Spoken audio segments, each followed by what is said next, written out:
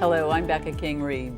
As the mortgage crisis continues, more Bay Area families are facing their worst nightmare, losing their home to foreclosure. KTEH is working to connect our audience with organizations that can help.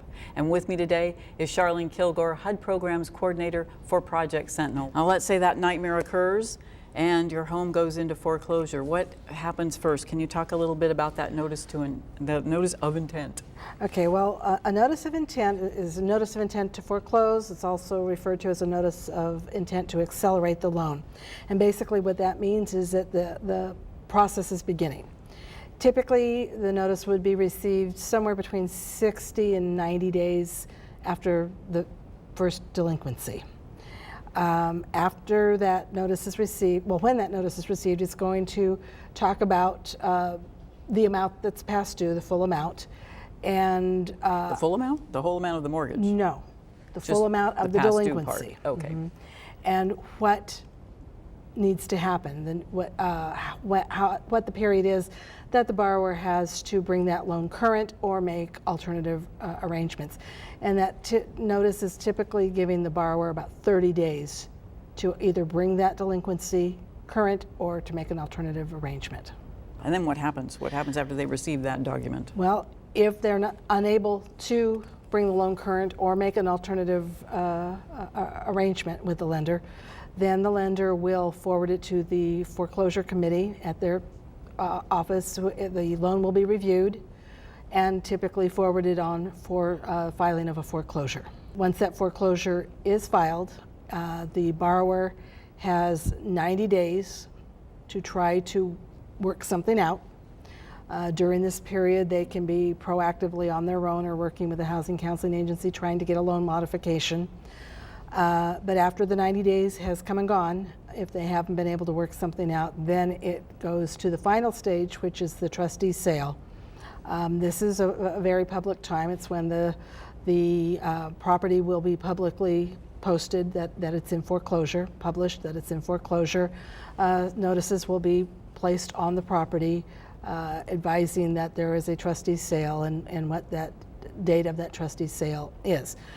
But during this whole process, the homeowner can still try to work at reaching an agreement with the lender to save the property, all the way up to right before the trustee sale. So right up until that sale time, you still have time to work out an option. They're still open to working with you if you dive in and try to do something. Exactly. Now, what happens after the foreclosure sale? How much time does a homeowner have if they actually have to leave their home? Well, the homeowner, after the trustee sale happens, whether someone new purchases the property or it reverts back to the lender, the lender or the new owner can give the homeowner a 3-day notice to vacate. But that 3-day notice isn't going to be served on the homeowner the next day.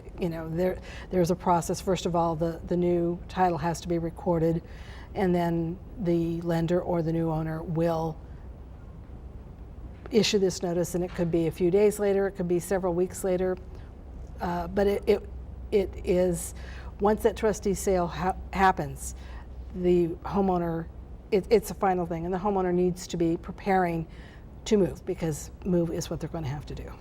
Now, we hear often the phrase cash for keys. Can you tell us what that means?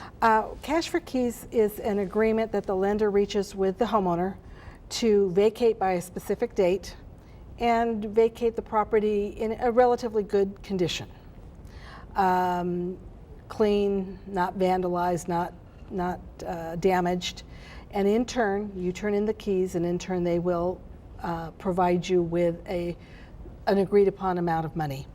It gives the homeowner a clear understanding of what the expectations are and how much time they actually have to move, and gives them the peace of mind, if you will, that there will be some funds available to help them transition into the next stage for them.